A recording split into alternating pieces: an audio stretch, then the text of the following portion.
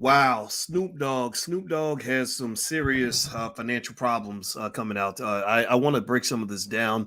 Today, we're going to talk about Snoop Dogg's most recent allegations about an incident that allegedly occurred back in 2013.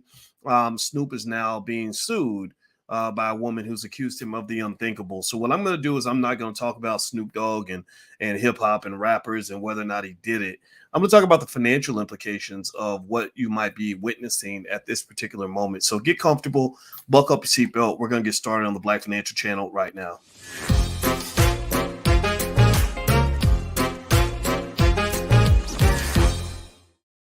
Hey, what's going on, guys? My name is Dr. Boyce Watkins. Welcome to the Black Financial Channel. That's theblackfinancialchannel.com.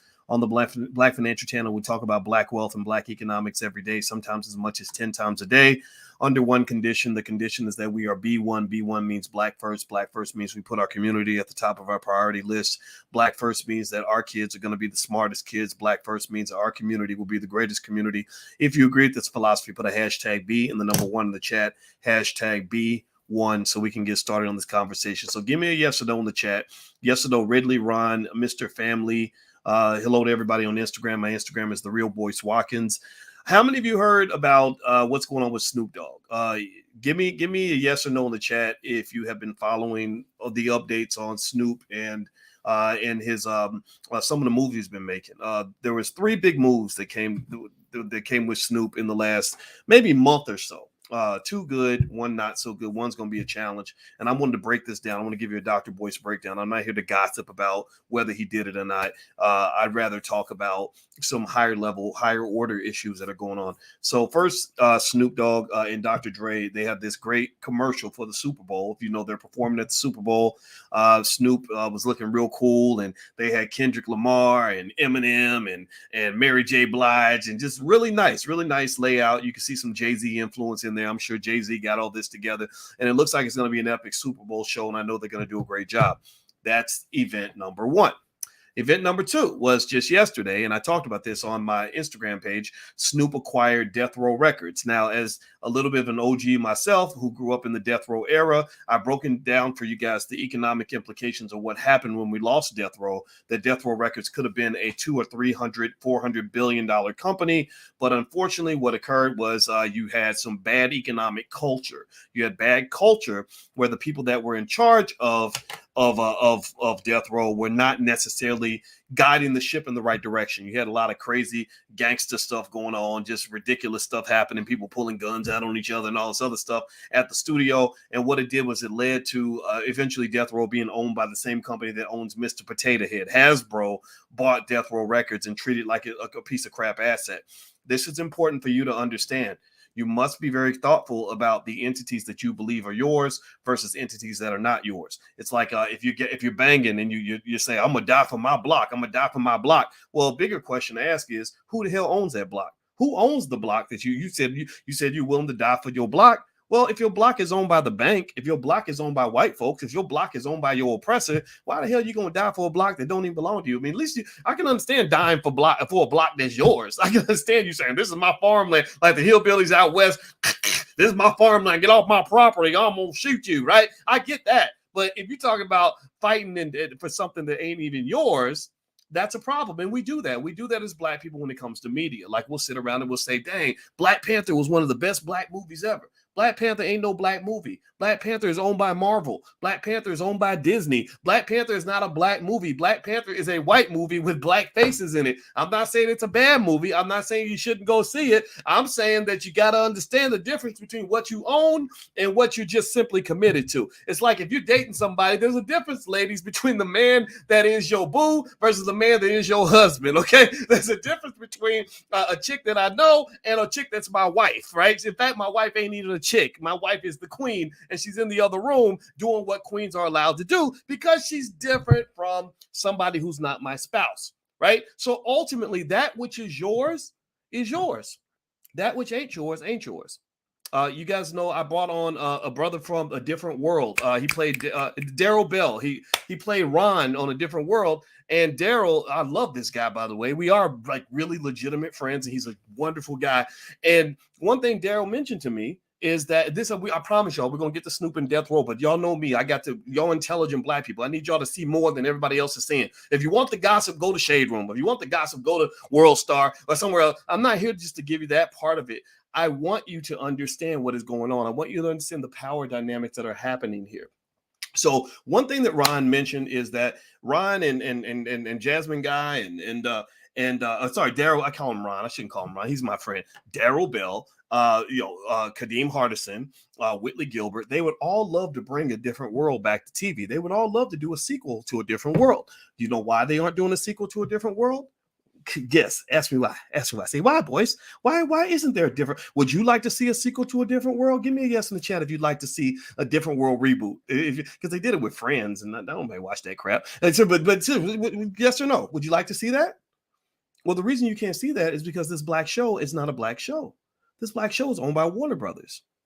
And Warner Brothers is like, yeah, we know you Negroes like the show, and that was great for us because everyone really lined our pockets when all y'all would line up on Thursday night to watch our shit. But that belongs to us. That's not yours. Like you don't, you people, y'all so cute. Y'all don't even know the difference between ownership is stuff that you're borrowing. You think that paying your rent is the same as paying a mortgage. What? That's so adorable, right? So here's the deal. Death Row Records was a great property because we owned it, and Death Row Records, don't get me wrong, there's a lot you could say about hip hop, though, in terms of when it went left in the early 90s. I think a lot of very toxic culture was being promoted, particularly to young black men, and you see it playing out everywhere. You guys, I don't know if you guys know, last year, 200 rappers got killed last year. So they're really spreading the gospel of death. Some parts of hip hop are spreading a death culture to the community. Just today, I saw one of the rappers, DaBaby, he gets in a fight with his baby's mama's brother, and next thing you know, it's all over the internet and everybody's talking about it. And God bless. I mean, shoot, I wish I could create a world where as many of our people would talk about things that are going to make us live as we spend talking about things that are going to make us die. But I digress from that. But that's the world that we live in. So here's the deal. Death Row was something that we owned. Snoop bought it back, and I applauded him for that. Because I feel like that's a great acquisition. I don't know what he paid for it, but I could think about a million different ways Snoop and his family and everybody else involved could make billions of dollars off the Death Row Records brand over the next 40 or 50 years. That can be a lifetime financial move if they play it right. Now, here's the deal. So that was the second piece of news. Super Bowl, Death Row Records acquisition. Good for Snoop. Way to go. Proud of you. Then the third thing happens today. Somebody forwarded this to me. My friend Michelle Martin forwarded this, and I was curious to see how much the media picked it up. But there's an accusation. There's an accusation of a woman who says that Snoop did some things that were highly inappropriate toward her back in 2013.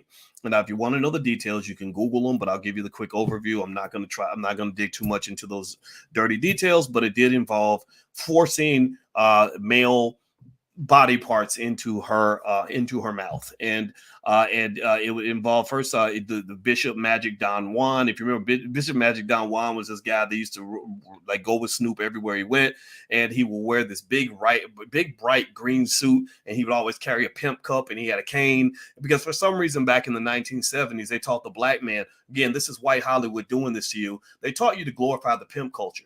Black men in my father's generation, said when we saw these black exploitation movies, again, made by racist Hollywood, we all started looking up to the pimps. So they weren't looking up to the scholars and the teachers and the leaders and the strong men. They were looking up to the men who would say, I'll slap a hoe. Yo, bitch shows me, right? We got into that. We thought that was cool, and we still do. It still happens, right? So I believe Snoop was affected by it. He was victimized by it. So he's hanging with Bishop Magic Don Juan. Bishop Magic Don Juan gives the lady a ride. He allegedly did something to her. That's what she says. Then the next day, she comes in to meet with Snoop and about a job interview or something in Hollywood. Hollywood's a weird place. And she claims that Snoop did some stuff in the bathroom to her that was not appropriate. Now, obviously, this is interesting. This is a complication. Now, I want to ask you guys real quick, based on what I said, how many of you think it's a little bit ironic that this accusation comes out right now? Like, how many of you feel like, okay, come on, man, she's running game. Like, this should have came out in 2013. Why it's coming out now? Really? Like 8-9 years later, exactly the week, exactly the month, exactly when Snoop has just pretty much made two of his biggest power moves in his career. This is right when the accusation comes out. How many of y'all feel like somebody's running a little bit of a game? right? I'm not trying to say you're saying that he did or did not do it, right? We're not here. We are not the court of law. We are the court of intelligent black people, which means, and part of being intelligent means we acknowledge that which we know and that which we don't know. So we don't know what happened between those two. We don't know that. I don't know Snoop's personal life, right? Right. But we do know little basic things that intelligent people understand. Like, I don't know, like this old thing they used to call innocent till proven guilty, right? Or this thing called evidence, that you need some evidence in order to accuse somebody or something. Well, maybe you don't need evidence. Maybe, I guess, you can say whatever you want, especially when you're talking about accusing a black man. You see, accusing a black man is the easiest way to get paid that there ever was. People like Gloria Allred understand this thing. I wouldn't be surprised if Gloria or Lisa Bloom, her daughter, was one of the attorneys who basically said, okay, this guy is making big moves. He's raking in big money. This is the moment to go out with the allegation because we can get a lot of media attention on this. This is how they think. They think strategically in this way. They're not concerned as to whether or not it actually happened. They're not concerned about what needs to be proven because they understand the court of public opinion. In the court of public opinion, there are people out there who believe, who buy into weird ideas. Like, did anybody remember when they used to say believe all women? Like, believe all women? Like, and I was like, believe all women. So you're saying that if a person has a vagina, that everything they say can never be a lie? Like, women are not capable of lying? How many of y'all believe that? How many of y'all believe that we should believe all women just because you're a woman and you said something, it must be true? Anybody think that makes any logical sense whatsoever? Or am I just a big sexist pig for saying, well, maybe people can lie. Maybe women and men can both lie. Hey, I don't know. Maybe lying doesn't happen anymore. But it's kind of a weird thing, right? But this is what politics does. And so when you have politics in the air, people become naturally stupid. The collective IQ of society drops to like sub-zero because people start believing dumb things like believe all women, believe all women. That's as dumb as saying believe all men, because I know men lie. I've told lies. We all lied before. How many of y'all in here? Give me seriously. Let's tell the truth. See, some of y'all be lying. How many of you in this room have ever told a lie? How many of y'all in this room? Give me a yes in the chat if you have ever told a lie. And if you say no, that means you're a liar. You're gonna be a double liar. So everybody confess up. So this is the world that you're living in. This is the world you're living in. This is the world that Snoop is facing. This is the court of public opinion. And this is the ridiculously low IQ that society has, where they believe things like believe all women. So this is what Snoop is dealing with. So here's the deal. This is probably going to cost Snoop some money. Snoop is an interesting anomaly. He is a really interesting psychological experiment in my head, because I'm going to tell y'all the truth. As a black man, I'd never want to be too mainstream. I just don't, because I don't trust them folks. I don't hate white people. Now, if you're white, don't get scared. I don't dislike you, but I don't trust y'all. Like, look at the stuff y'all have done to us is just kind of crazy. You just smear us for no reason. Right? When I simply said I think that maybe we should probably not force Lizzo to go out and promote obesity because thousands of black people die from obesity every year. She's talented. She's beautiful. She could do other things. She could show her singing as opposed to always showing her booty. People, the white media labeled me, oh, that's a sexist black man. That's a black man. He'll probably rape somebody. He a bad man, right? But then black people start dying like flies during the pandemic because of things like obesity, and people forget about that. They forget that people have warned you about this kind of thing. So this is the world you live in. Any black man is probably vulnerable in a way that white people are not. They can say anything about you, and then people will just believe it's true. Goes back to Black Wall Street. Remember Black Wall Street? All of Black Wall Street got burned down. Hundreds of people got killed because a white woman said, that black man touched me. Right? This is history. This is real. This is what the world we live in. So Snoop is an interesting anomaly to me, because I see this guy who has a real interesting background. He's been in some dirt. Remember, murder was a case that they gave me, right? He's been involved in some stuff, and I'm like, wow. But yet he has so many of these corporate partnerships. So many. He's doing TV shows with Martha Stewart, for God's sake. So I'm really curious to see, how's this going to work out for you, bro? Because how are you going to maintain? Only other person I've seen who's kind of been able to maintain that balance is our friend Ice Cube.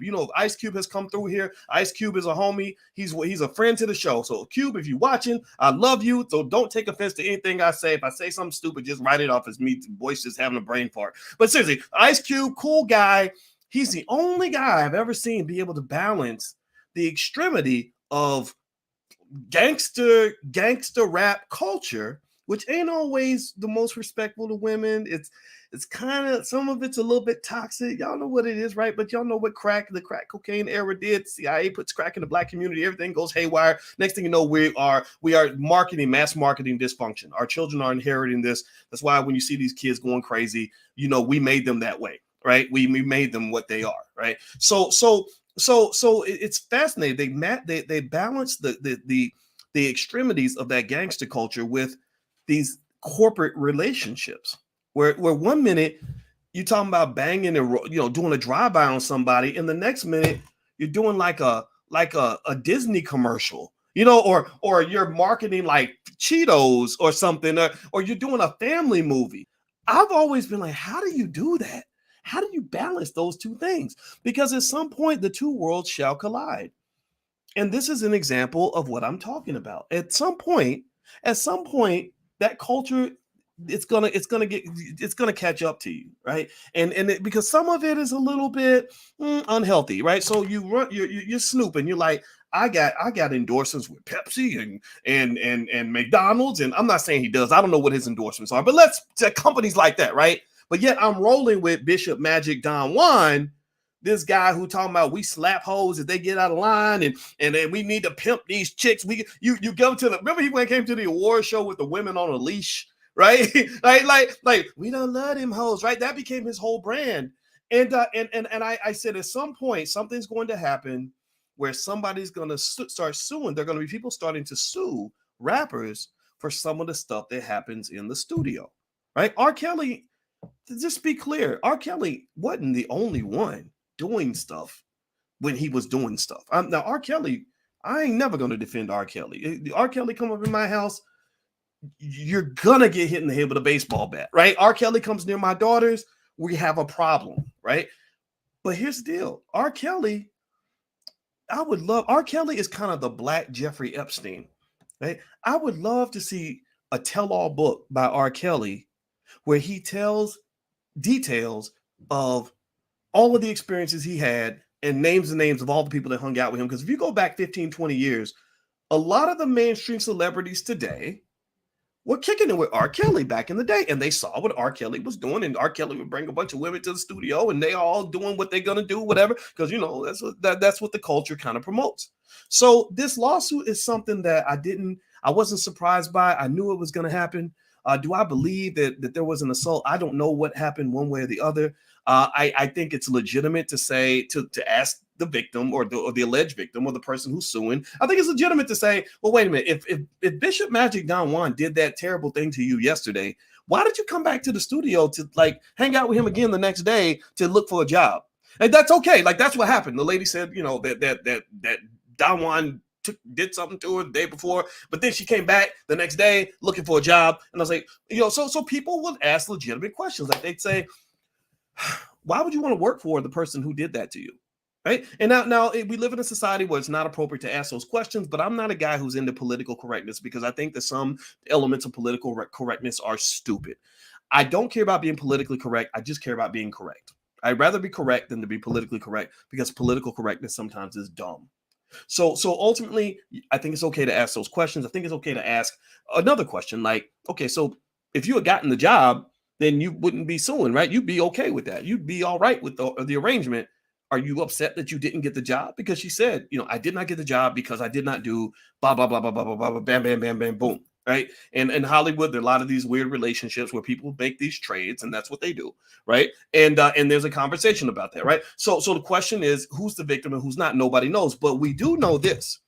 We do know, and here's what I'm getting at. I want you to pay attention. This is a financial conversation in case you're wondering. See, finance, you guys know my PhD's in finance. So because of that, I can see where finance leaks into other parts of your life. You might think it's not financial, but it's very financial. It's very financial. Why? Well, because for three reasons, three key issues. One, the person that's suing Snoop Dogg does not have to prove he actually did anything in order for her to get paid on a major scale. Just the fact that these headlines alone, the fact that this made it to the news, the fact that NBC is reporting on the accusation, is already costing him millions of dollars in brand value right there.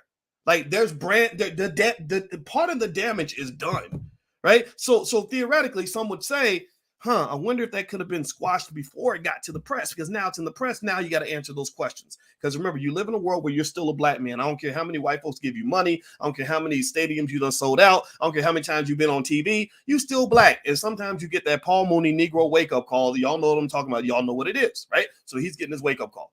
If he were a white woman, he wouldn't be. This is not a risk for white women. White women don't get their brands smeared before anybody even knows what happened, right? It doesn't happen to white women. It happens to black men only. The second thing is, so lawsuit, if once it goes through, to deal with the suit, it could end up costing him millions. And then what that does, see, the Chinese have a saying that the fattest pig always gets slaughtered. So once you're paying out one lawsuit, well, guess what? Every other woman that you've been hanging out with over the last 20 years that needs money could easily come up and visit Gloria Allred, and Gloria will take the case because the burden of proof is extremely low. It's extremely low. You ain't got to be able to prove nothing. Let's just go accuse them, because there's no penalty for a false accusation in that particular context. None that I'm aware of. Right. So unfortunately, here's what I'm getting at. Some people can get what I'm saying, some people may not, but I want you to understand what I'm saying here. What I'm talking about here is, and this is something for your sons to understand, is that in this world, when you're trying to get ahead financially, there's a certain level of discipline and strategy that a black man needs to have that other people don't have to have. And it differs based on race and gender. Black women have to have a type of strategy that men don't have to have. Right. But black men, there's a type of strategy. And when you deviate from the strategy, like when you get to where you're doing, like, remember OJ used to say, I'm not black, I'm OJ. No, you're still black. You just you just forgot. Right. They're going to remind you any moment now. And right, when you get to that point, then what happens is that discipline can go out the window. So you're in an industry, again, you're managing all these corporate relationships. You're doing shows with Martha Stewart and McDonald's commercials and stuff like that with these really conservative, somewhat racist individuals. And yet you're still operating in a space and a culture that doesn't necessarily promote discipline, particularly sexual discipline. Right? That kind of says, like, hey, if you go spit on a woman, that's what you do. That's what we do. We slap these hoes. I heard there was a song I heard by Exhibit and Snoop from 2002, and it was the chorus was like, "Who want to get involved with us?" Anybody remember that song? Break down there and call with us, right? And go listen to the lyrics of that song. I want you to listen to the lyrics of that song, and I want you to come back and tell me what you heard, because I listened to that song way back then. This was back when I was on the faculty of Syracuse University, and I was listening to that, and I said, "Wow." First, I don't think I would do any of the things they're saying. Maybe they didn't do it, but if I did it, I wouldn't put it on a record. I don't think I would rap about it. Right? I'd probably keep it to myself, right? And because here's the thing: chickens do come home to roost. They come home to roost. So unfortunately, what's kind of occurred, and this is some of what that hip hop culture has done, and that whole "we don't love them hoes" culture does, is it kind of paints certain people in a certain way that makes it difficult for you to defend yourself if you are trying to do that. And I know the song came out a long time ago. Somebody said it came out in the late 90s. Yeah, it did. Maybe it was 2001. I think it was after I got to Syracuse. Maybe it was the 90s. I don't know. Either way, the music never goes away. It's out there forever. Right. And so yeah. And now, mind you, this goes into another conversation. Right. I've heard rappers trying to push to set up something where you can't use somebody's lyrics against them in the court of law. And I get that. That's fine. I totally agree with that. Right. I mean, but then again, at the same time, remember, you're still black. And the law, I would not trust the law to protect me if I'm black. In fact, I don't trust nobody to protect me but me. And so even though they are trying to pass laws saying you can't use somebody's lyrics in the court of law, I still wouldn't be rapping about the shit that I've done. You're not going to ever hear me rap to y'all in a podcast about something that I did, that could get me in trouble. Like, it ain't gonna happen, right? So the way that so let's move forward. Do me a favor, hit the thumbs up button. Thumbs up, thumbs up, thumbs up. And I want to acknowledge somebody made a donation. So I'm gonna acknowledge. Thank you, Kimberly Marshall, for your donation. She said, "I heard everything that you heard. Denver record. I also heard he's going to put out Snoop Dogg's which are hot dogs. Okay, but yes, perfect timing to start a legalized extortion through the court system. Yeah, so I think extortion is a good word to use in some of the cases. I don't know about this particular one, but the timing is quite ironic. I think there are reasons. It's legitimate to ask, well, why wasn't this reported to the police back in 2013? I think it's legitimate to ask, why were you so eager to go work for him? I think it's legitimate to ask, where's your proof? I think that's okay. It's okay to ask. So you can ask those questions and not be a sexist pig for asking that. You're just making sure that you're choosing the right victim and that you've properly identified the potential perpetrator. So a few ways that this could be very costly for Snoop, whether he did it or not. I'm not debating whether he did it. I'm talking about what's real and what's probably happening right now. One, lawsuits are expensive. When you're famous, people sue you just because. They just sue you in case they can get a payout. You do anything wrong, like the baby got into a fight in a bowling alley or whatever, he's going to be in court for a long time. Travis Scott is probably going to go broke because I don't care how much money Travis Scott has made. He ain't got $2.6 billion to pay off all them victims. He ain't got enough money. He won't make enough money in 10 lifetimes to pay off all them victims. So ultimately what that also means is that, again, going back to strategy, you first of all have a strategy that you must pursue to be a stable, successful black man, because you are so vulnerable in so many ways. For example, your son, when he goes to work for that corporation one day, if he gets that fancy job as a senior manager, he has to be thoughtful about who he sleeps with, because anybody he sleeps with that is not at his level or higher in the company can pretty much label him as almost like a rapist, like he really did something terrible because he chose to sleep with somebody on the job. When I first took my job at Syracuse University, this is where good fathers come into play. My father gave me a very simple rule. He said, don't you sleep with nothing on that campus. He said, don't you sleep with no students. Don't you sleep with any coworkers, none of that. And I didn't. And when I was there was another scholar, just like, about the same age as me, a young brother that took a job at Syracuse at the same time that I did. And years later, it comes out that he had slept with one of his students. They had him on the news with his mugshot plastered on the news like he was O.J. Simpson. And this was consensual. This was a 23-year-old student, but he slept with a student in his class, and they treated him almost like he had actually assaulted somebody, right? So ultimately, black men have to be strategic. Now, famous black men have to be super strategic. And this is why, for example, a culture that encourages black men to stay high and drunk all the time is setting black men up for failure, because a person that is high and drunk all the time cannot be prepared for war. You're not able to discern. Your decision making is off. You're not able to identify friend versus foe. Next thing you know, you got caught up in some bad situations because you got drunk at the club. He stepped on your toe and you pulled out your strap and shot him in front of 10 people. Next thing you know, you're doing 50 years in prison. I know a guy who just got out after 30 years in prison for that, in that very same scenario. There's 1,000 others that I can name for you right now. It's important when you educate your sons that you tell them about these things so they don't buy into the culture that leads to black male self-destruction. Do you understand what I'm saying? This is a financial conversation, but then it even goes further than the finance. It's not just about going broke. It's about losing everything. It's about losing the things that money can't buy, like your happiness, your freedom, your family. Those are the things that are at stake. It's bigger than the money. I mean, the money's gone at stage one, but white folks got a million ways to torture you after they strip you of all your resources. Do you understand that? You get what I'm saying? Give me a yes if you get what I'm saying. Okay, this is this real conversation. Nobody talks about this. I don't know why. So 3 ways that Snoop might get hit, and my wife is standing here looking beautiful. I think she wants to talk to me. So I'm going to summarize what I had to say so we can move on our day. 1, lawsuits are expensive. 2, corporations are always careful about brand association. So even if you didn't do anything wrong, a lot of corporations are already backing out of their deals with Snoop or potential deals. Even with Muhammad Ali, when he became a Muslim and said, I love the Nation of Islam and Elijah Muhammad, there were companies that took their deals off the table because they didn't want to be associated with a person who was associated with these scary black people like the Nation of Islam. Oh my God, they're so scary, right? Whatever. Larry Miller, who was on this channel yesterday, who's the chairman of the Air Jordan brand. He's literally the guy who took Michael Jordan's company from 300 million a year to about 2 or 3 billion a year, made it into a global brand that it is right now. Larry Miller was on this channel yesterday. Check out his interview. Larry Miller had a criminal record that was hidden for many years. Smartest guy on the block, nicest guy out there. I love this guy to death. And he also had to live under the intense fear and scrutiny and had to be super strategic to make sure that he didn't lose everything because of something he did when he was 16 years old. Larry is now 70, dealing with situations he got caught up in when he was 16.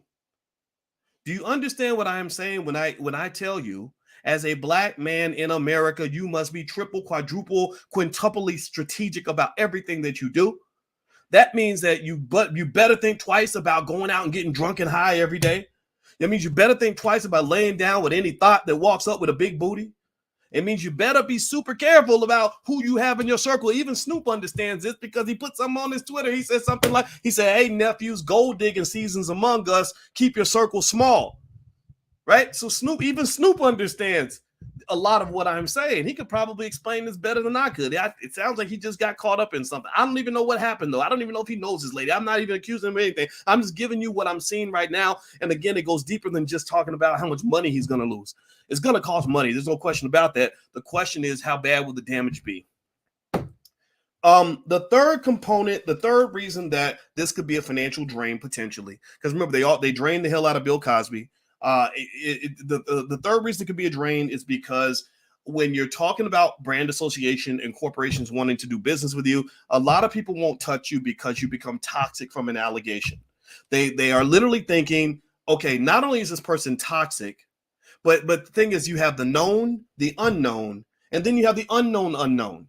So the known is, okay, we know the Snoop Dogg. He's real cool. The kids love him. He's great for our pot brand, or maybe he can also sell milkshakes and cheeseburgers because everybody loves Snoop, right? Then there's the unknown. It's like, dang, I wonder if Snoop really is guilty of these things that he did. I mean, I wonder how much money they're going to charge him in this lawsuit. He got sued by this lady. Dang, we don't know how much that's going to be. That's a problem. But then you've got the unknown. The unknown is where you go beyond the problems that you see right now and you think about what problems could emerge later on down the line that we don't even know about, right? So if I'm Coca-Cola and I'm thinking about signing a deal with Snoop, and then I'm thinking, maybe this case is the tip of the iceberg. Maybe now that one person has successfully smeared Snoop or sued him in public. Again, I'm not going to call it a smear because some of y'all may believe the woman, and you have a right to believe whatever you believe. I'm not questioning your beliefs on any level. But they might be thinking, well, what if there's an avalanche of lawsuits? Like, what if it becomes a Bill Cosby situation where he got 60 accusers, right? And an overwhelming number of people coming out the woodwork, right? You don't know. So tell me, yes or no, would that at least make you skeptical about signing a long-term deal with somebody like that? You're going to be like, damn, I don't even know, man. I don't know what you got going on. I don't know what you might have going on in 2023 and beyond. I don't know, right? So this is all, the challenge, I think, of being a black man, first of all, but then being a famous black man, that adds another variable. But then being a famous black man in a culture that isn't always super healthy. A lot of the reason that rappers die before 50, a lot of them, is because they weren't exactly encouraged to live a healthy lifestyle, right? And all these things, again, this goes back to investing, because the biggest investments you'll ever make in yourself are investments in your physical and mental health, investments in your family and in your relationships with, like, your children, right? So you see a rapper going around with a bunch of women having 85 kids or whatever. You didn't invest in your kids, and now it's coming back to destroy your legacy, right? And so you look at a Bill Cosby, you see a guy who made a lot of great investments in his life, but there's some other areas where you could say maybe he should have invested a little more in protecting his family. Maybe that means when all the snow bunnies and all the Beckys are chasing you and making you think you ain't black no more, maybe you need to go and go home and see your wife. Or maybe if you are going to do some things that you don't want everybody to know about, maybe you have a little more discernment instead of bringing 300 crackheads through your hotel room all of whom are very happy to sign onto a lawsuit to make this Negro write me a $5 million check just so I don't accuse him of anything. Strategic. Black men got to be strategic. Teach that to your sons. Get them to learn math. Get them to play chess. Do things that are strategic. That's what makes them smart. Well, I got to go, guys. My wife was coming here to give me the funny, evil eye, like she needed to talk to me about something, and I respect her, and I need to go and hear what she has to say. So I hope this was helpful. I hope this conversation was beneficial. There was nothing. Oh, shit. I dropped my mic over. There's nothing negative implied about Snoop Dogg or anybody else. So all my friends on the West Coast out in LA, you know I love y'all, and I respect Snoop, and I wish him the very, very best. And also, if there's a victim here, I wish the best for the victim. I just want the truth to come out. So I want to make that 100% clear. So you guys have a wonderful day. Please hit the thumbs up button, share, subscribe before you go. If you want to learn more about some of the stuff I have going on, the Black Business School, all that, you can go to boycewatkins.com. That's my website, boycewatkins.com. We even have a wealth building program for kids. Black millionaires are tomorrow. So if you're interested, feel free to stop by boycewatkins.com and we can take care of you. God bless you guys. Have a great day. Love you. I'll see you soon. Peace.